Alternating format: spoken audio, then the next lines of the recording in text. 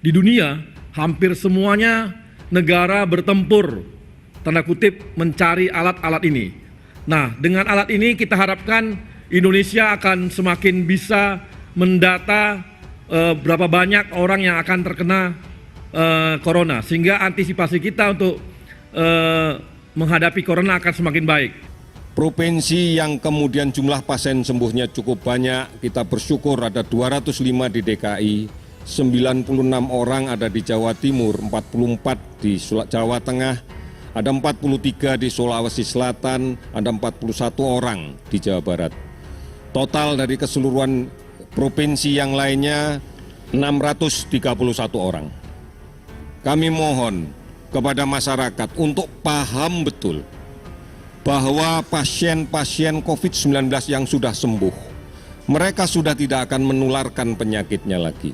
Karena persyaratan sembuh diyakinkan bahwa dia sudah negatif di dalam tubuhnya. Ini kalau masih ada yang main-main, saya gigit sendiri.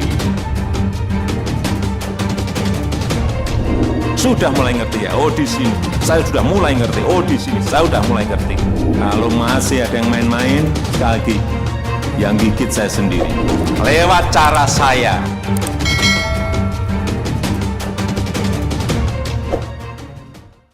Wabah COVID-19 segera berakhir. Berikut 6 tanda dari kabar menggembirakan itu.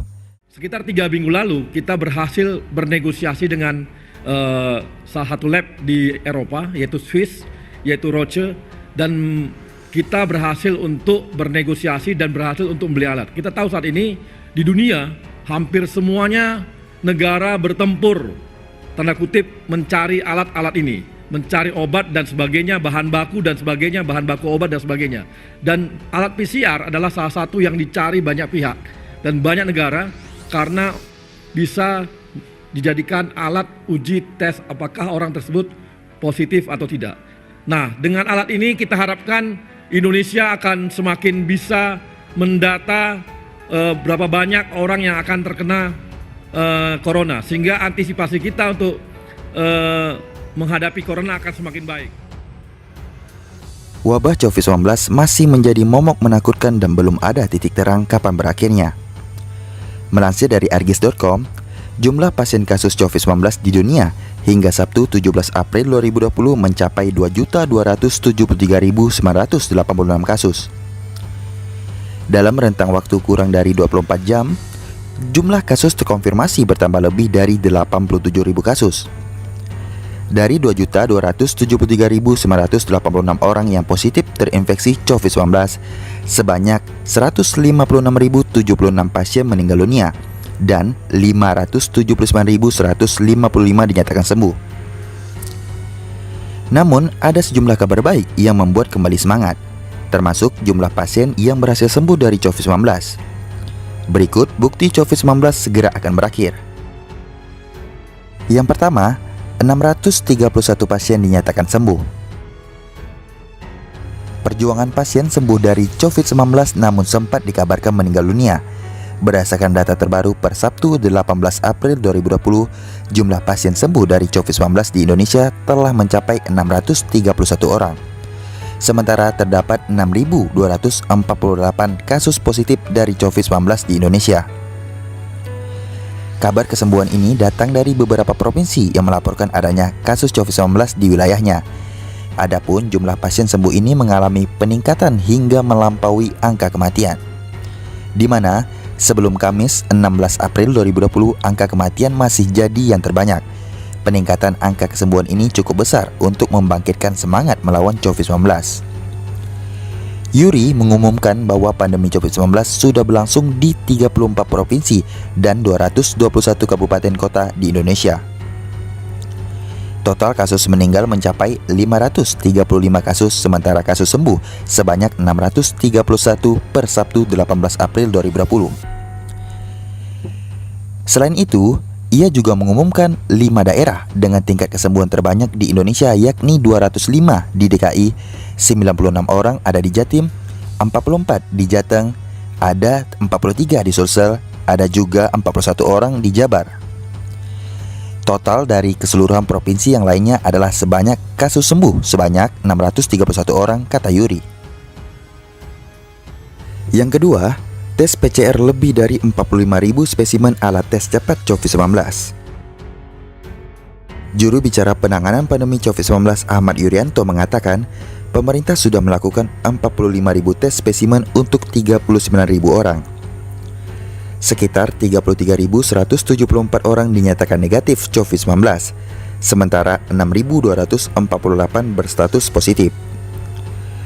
Pemerintah juga mengumumkan ada penambahan orang dalam pengawasan atau ODP dan pasien dalam pengawasan atau PDP.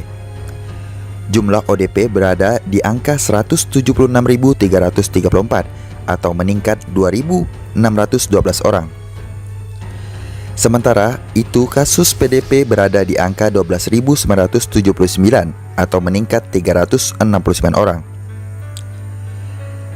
Kita berharap bahwa 12.000 lebih PDP ini betul-betul dalam pengawasan yang ketat untuk kemudian kita perhatikan gejala klinisnya dan kemudian kita lakukan pemeriksaan antigen PCR, kata Yuri.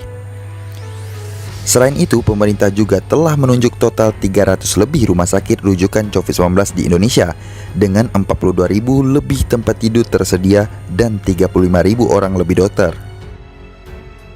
Yang ketiga, robot siap bantu rawat pasien COVID-19. Rumah Sakit Pertamina Jaya Jakarta akan dilengkapi fasilitas robot medis untuk menangani pasien terjangkit COVID-19. Robot ini diberi nama Ami dan Temi. Nantinya, kedua robot akan membantu tenaga medis sesuai fungsi dan peruntukan masing-masing.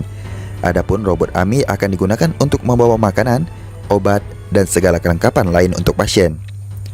Sementara itu, robot Temi akan digunakan untuk melakukan kontrol juga sebagai media komunikasi antara pasien dengan perawat atau tim medis. Di sisi lain, penggunaan robot medis sendiri telah dilakukan oleh para tenaga medis di Italia. Diberitakan Kompas.com sebelumnya, dalam menanggulangi kasus yang ditakutkan semakin memakan korban, pemerintah Italia menghadirkan 6 robot untuk membantu tenaga medis menangani pasien terjangkit COVID-19. Rumah Sakit Pertamina telah resmi beroperasi untuk menangani pasien COVID-19 mulai Selasa 14 April 2020. Rumah Sakit Pertamina akan beroperasi sebagai rumah sakit inap, baik pasien dalam kategori pasien dalam pengawasan atau PDP maupun pasien terkonfirmasi positif COVID-19 dengan gejala klinis, sedang, berat, dan kritikal. Yang keempat, 58 negara bantu Indonesia. Kementerian Luar Negeri mencatat ada setidaknya 58 dukungan internasional yang telah ataupun akan diterima Indonesia terkait penanganan COVID-19. Menurut Menteri Luar Negeri Retno Marsudi, bantuan ini berasal dari pemerintah negara sahabat, pihak swasta, organisasi non-profit asing, hingga organisasi internasional lainnya. Adapun mayoritas bantuan yang diterima terdiri atas masker, alat rapid test, dan alat pelindung diri bagi tenaga medis. Bantuan-bantuan ini berasal dari Cina, Jepang, Amerika Serikat, Singapura, Vietnam, Korea Selatan, Australia, Selandia Baru, dan Uni Emirat Arab. Sementara bantuan entitas internasional berasal dari World Health Organization atau WHO, Asian Development Bank atau ADB, United Nations Development Program atau UNDP, Global Fund, UNICEF, hingga International Organization for Migration atau IOM. Yang kelima, pemerintah juga beri bantuan pada warga terdampak. Presiden Joko Widodo menegaskan pemerintah telah mengambil langkah-langkah serius dalam menangani sebaran COVID-19. Di sisi lain, Jokowi mengaku tak ingin menciptakan kepanikan dan keresahan masyarakat. Presiden Joko Widodo mengumumkan bahwa pemerintah akan memberikan bantuan tunai kepada warga yang ekonominya terdampak oleh wabah COVID-19 ini. Adapun bantuan ini ditujukan bagi 9 juta keluarga di luar wilayah Jabodetabek. Setiap keluarga akan memperoleh bantuan sosial tunai senilai Rp600.000 per bulan selama 3 bulan. Bantuan ini akan diberikan kepada keluarga yang tidak mampu dan belum terdaftar sebagai penerima bantuan sosial lainnya, seperti program Keluarga Harapan maupun Kartu Sembako. Sementara itu, untuk warga Jabodetabek akan diberikan bantuan paket sembako senilai Rp600.000 per bulan selama 3 bulan. Yang keenam, distribusi APD untuk tenaga medis. Hingga Kamis 9 April 2020, Yuri menyebut bahwa pemerintah telah mendistribusikan 700.000 set alat pelindung diri atau APD ke seluruh provinsi Indonesia. Sedangkan 300.000 set APD akan segera didistribusikan.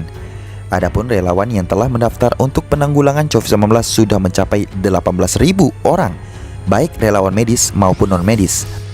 Apalagi dengan banyaknya donasi yang digalang masyarakat untuk membantu tenaga medis mendapatkan APD demi merawat pasien COVID-19.